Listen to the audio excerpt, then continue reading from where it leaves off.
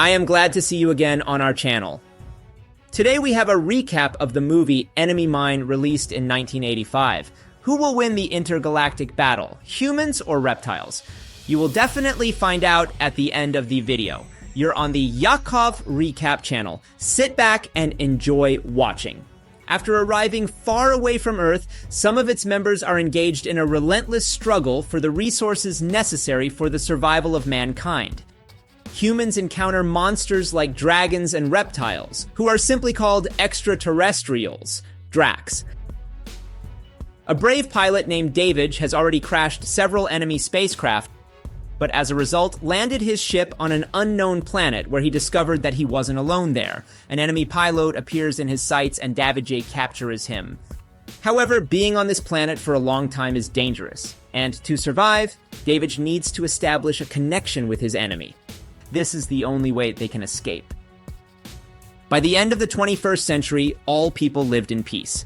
Together explored and conquered outer space. However, there was someone else in space. The aliens Dracs believed that all the planets of the star system belonged to them as pioneers. Space became a place of military action, and for many astronauts, the Earth became only a memory, while their home was a space fortress. As in every war, there were periods of calm when you could only wait and then again alarm. Alert, people run to their places. Astronauts on their ships fly out and attack enemy spaceships. One guy says he can't wait to get rid of his opponents because he has a date tonight. Another man asks him with whom and laughs. He shoots down an enemy spaceship. Jonathan tells David that the enemy is behind him and that he is flying to the backup. One of the spacecraft is hit by rivals. David catches up with the culprit and shoots him. Colleagues tell him to stop, but he still flies on. The boys' spaceship crashes into another one. David says they need to eject, but Jonathan loses consciousness. David plants a spaceship on the planet. In the cabin, something catches fire and David carries Jonathan out. Jonathan wakes up and asks David not to make fun of the girl he likes. Then the guy says he is tired and loses his life. David buries a friend. He realizes that the capsule of the battleship must be somewhere nearby and hopes the enemy is still alive. David thinks that he has never seen a Drac, only knew that they are not like people. The Dracs were not divided into two sexes, and the characteristics of both males and females were combined in the same reptile body.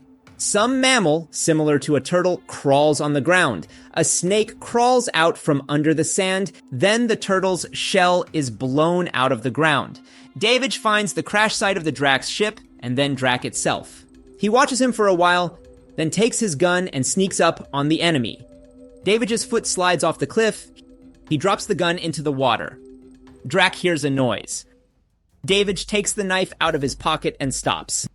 On the planet, it gets dark and it starts raining with lightning-like flashes.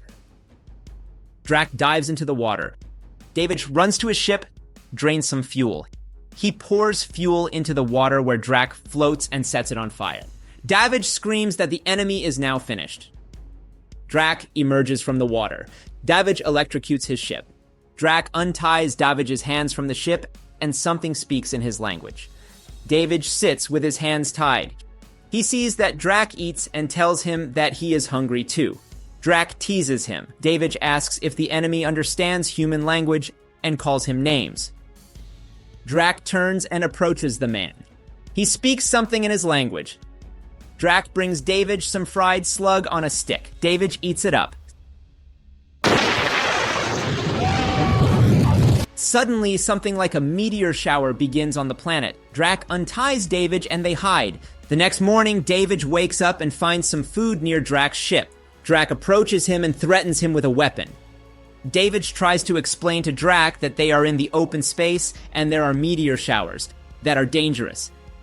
David says they have to take all the food and go into the woods to get some cover. Drac holds David at gunpoint while he carries the food. David tells him that they are nasty to each other, but there is no way out. They are trapped. He says they need to build a shelter out of rocks. David says things were slow because he had to talk to a reptile. He even learned a few words in Drac. David is building a shelter while Drac just sits and looks at him. When David completes the construction, Drac comments that the design is fragile. David hits the stones to prove the opposite, but they collapse. Huh? Drac gradually learns the language of David. He can already tell where his feet are and where his head is, as well as jokes and laughs himself with his jokes. David says that while Drac laughs, he thinks how to get them out of here. David says that as long as a man is alive, he should not lose hope. David sees the local turtle and tries to catch up with it. In the evening near the bonfire, Drac pronounces that they will be found by one side, having in mind their own or the other. Drac says that people give up quickly, and they are taught that the smart one is who is patient. He is angry and says that everything started because of people. David shoots the turtle with an arrow and runs after it, but falls into the crater. A snake appears from the ground and wriggles over the David. It grabs the man by the leg and starts pulling him down. Drac rushes to help, shoots the snake, and pulls out David. Drac shoots a creature that comes out of the ground. In the evening, Drac cauterizes the wound on David's leg. David says that the reptile saved his life, to which Drac says he also wants to see someone's face, even if it's so ugly. David draws attention to the tortoise shell and says it's so strong that meteors won't punch it. David collects shells and covers the dwelling with them. David asks Drac what kind of book he is reading, and then asks the reptile to teach them the language. Drac puts a pendant on David's neck and says he must pass it on to his follower to be called a teacher. He says that passes it to David because there is no one else here. Time passed unnoticed. David and Drac ate and slept. David sometimes listened to the heavens in the hope of salvation. David studied the language of the Dracs and read their sacred book. The meteor shower begins and the heroes flee to their hideout. David begins to argue with Drac and says they are invaders, to which Drac says that they are discoverers of new worlds. Guys fight. There's a struggle between them. Give me some food! David says that they are apparently starting to go crazy and need to move on. He says that he has the same dream in which he sees a large spaceship. David says they'll die if they stay here. If the planet doesn't take their lives, they'll take each other. Drac says he doesn't believe in dreams, so he stays. David says he'll come back if he's lucky, and if he doesn't, they'll die. David goes on his way. He finds the wreckage of the ship and things, and then the skulls of the invaders. David speculates that he heard the ship's noise for a reason. Gangsters came here who robbed the planet with minerals. They also hunted Dracs and turned them into slaves. Meeting such thugs did not promise anything good. David returns to Drac. Drac says that he is very cold and asks if it will be like this for a long time. Drac looks bad. He says he can't go because he doesn't care about his life. He says he's not fat or lazy. He's expecting a new life. He's pregnant.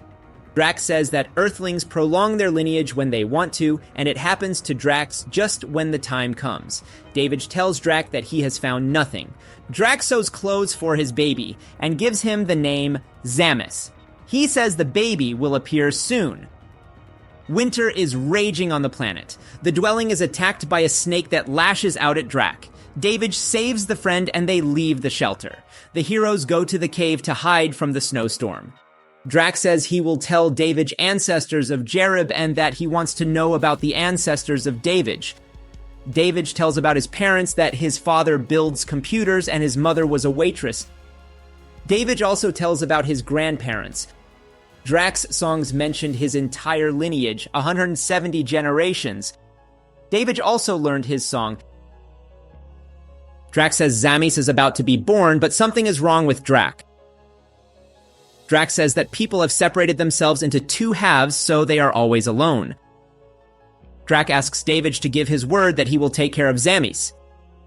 He also asks him to bring Zamis home when the time comes.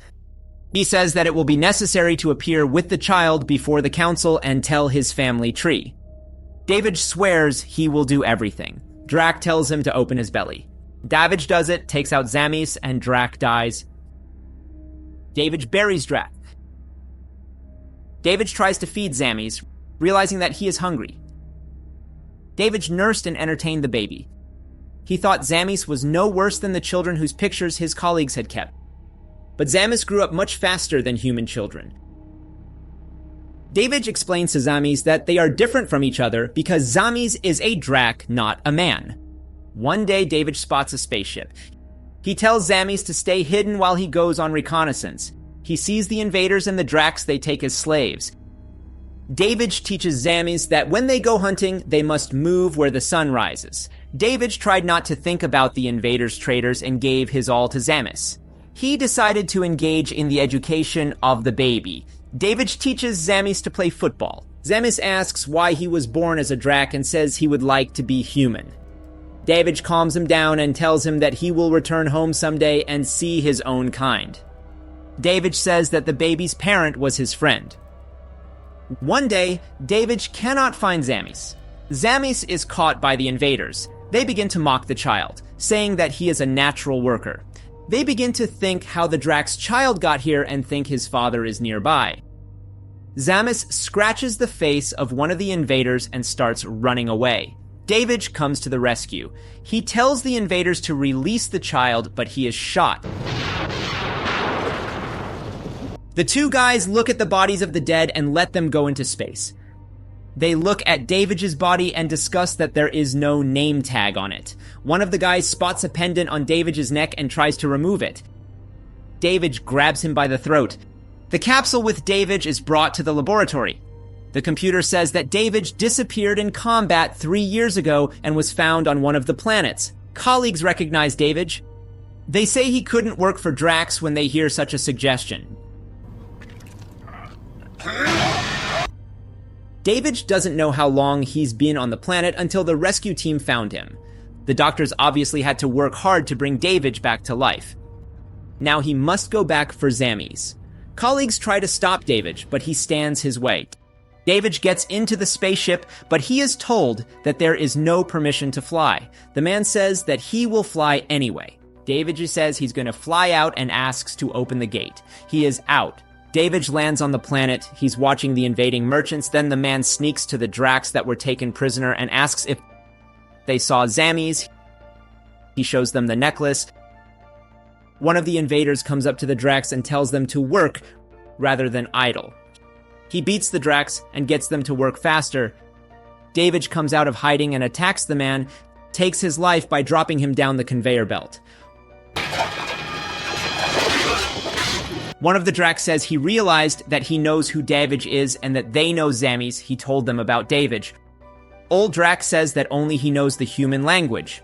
David asks where Zamis is and learns that he is on a spaceship if he is still alive.